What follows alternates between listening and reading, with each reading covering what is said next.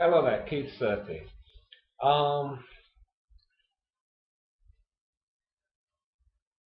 I'm continuing with these videos along the lines of spiritual laws and how those spiritual laws affect you, and how you can use those spiritual laws in ways which are um, helpful in your day-to-day life, moment by moment.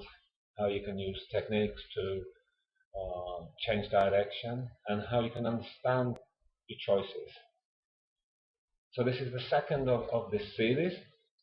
In the first talk, I mentioned the current very powerful movement for in the New Age and across the world about positive thinking and the law of attraction. And you can look at video one if you want to recap on that. But basically, a little synopsis, I can say that I said that there's more than this law. It's a very useful law. You can use these techniques. You can change your life. You can focus your mind. And I mentioned other laws, and the main law there being the law of karma, and this is the law of cause and effect. And these two laws are not the only laws, and how we quantify those laws, well, that is up to you. It depends what system you want to study. You can study something like the Kabbalah, which will take you through a certain systematic way of viewing this. You could study something like Alice Bailey or one of the esoteric groups, the old philosophical stuff. You could study more recent systems connected to personality and the soul. The main thing is that you understand that whatever you study is, and this is a very important point, is connected to the mind. To simplify the spiritual laws and spiritual practice, we can split it into two levels, and we can call this the mind, the doctrine of the mind, and the second one is the doctrine of the heart. And if you look at spiritual groups and spiritual history, you'll find that often, and this is my view anyway, often the great designers, creators of religion, the great avatars as they're known in the East, very much work with the doctrine of the heart. They had direct experience of spiritual realities. They had direct observation, inner feeling, and they understood how their inner processes connected to their physical life. So this is the heart. It's the doctrine of direct beingness, you could say, a way of using silence and the experiences of life and reflecting on the experiences of life in a very still and deep way, so that your heart begins to speak in its wonderful, intuitive way. Okay. So that's the doctrine of the heart. The Buddha talked about the doctrine of the heart. Jesus taught us to pray, to contemplate, to go into types of meditation. All of the great teachers of the past were pointing us towards the experience, direct experience of spirituality. I would say that they were teaching us a very important spiritual principle, and that principle is that life is the school of life, as you've often heard. But we can use words, can't we? And we can use those words, and we don't really feel what they mean. The school of life basically means that as you look back, as you contemplate, as you experience in the now moment life, you're learning all the time. You're experiencing love, you're experiencing hate sometimes, you're experiencing disharmony, harmony, peace, stress, whatever label you put on it.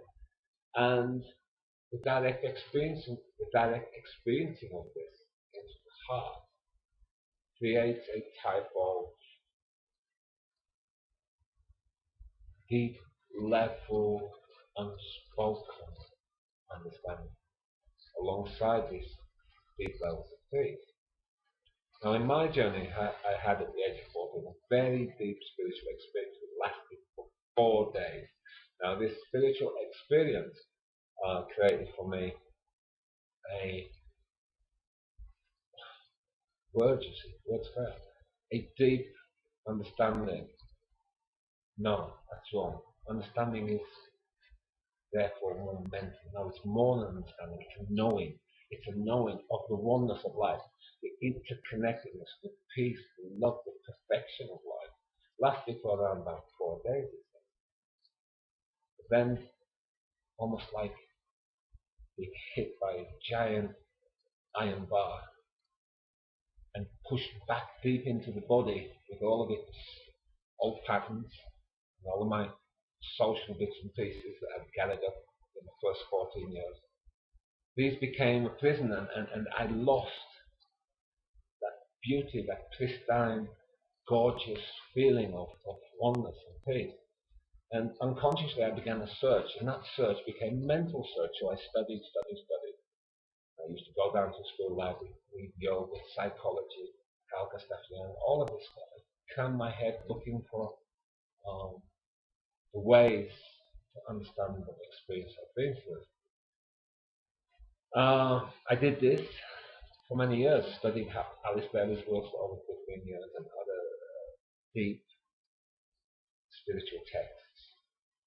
Nothing worked. So you could ask me the question, this is the doctrine of the mind, the way of the mind. You could ask me, all this study, was it meaningless? And I would have to say, absolutely not. Because at the same time, or along parallel lines, I had a natural psychicness. I saw spirits, I saw energy, I communicated with spirits, and I had a natural healing ability. And that later in life became my work. At the age of 29 years old, I left social work and then developed this way of working. So this is, luckily for me, or maybe it's my karma, but luckily for me, I found this balance between the doctrine or the way of the mind and the way of the doctrine of the heart. And this balance is a spiritual principle, a spiritual law. The mind can only take us so far. Now, a lot of people in New Age have taken the Zen concept of no mind to mean that to the extreme, to kind of show that the mind is useless for you in the spiritual search. And in reality, that's not true. The mind is a wonderful, precise tool which you can use superbly to work out your spiritual pathway. The only difficulty is if you get stuck in the mind. Get stuck in the mind and you don't get anywhere. Now, on the other side, if you are in the heart, you have direct experience of beingness, direct experience of deep level spiritual feelings. But you can also fall a little further into the reaction level in the body, the solar plexus level, and here you have all emotions. So New Age people will often say, follow your first feeling. Well, in truth, that's an extremely dangerous thing because most people do not know where that first feeling is coming from. Often it's not the doctrine of the heart, it's the emotional patterning and fears lying at the lower levels of the body, and that corresponds with lower levels of the. Okay, so this is just another brief amble into a few more spiritual concepts and ideas. It follows on from talking about the law of attraction and on the other side the old esoteric laws or the eternal esoteric laws. And in the videos to come I will add to it other ideas from those spiritual laws as laid down by different systems. But I'm not going to go too far into that. You can search that, you can research it, you can go to the library, the bookstore, on the internet, and you can study a system of spiritual laws that exist.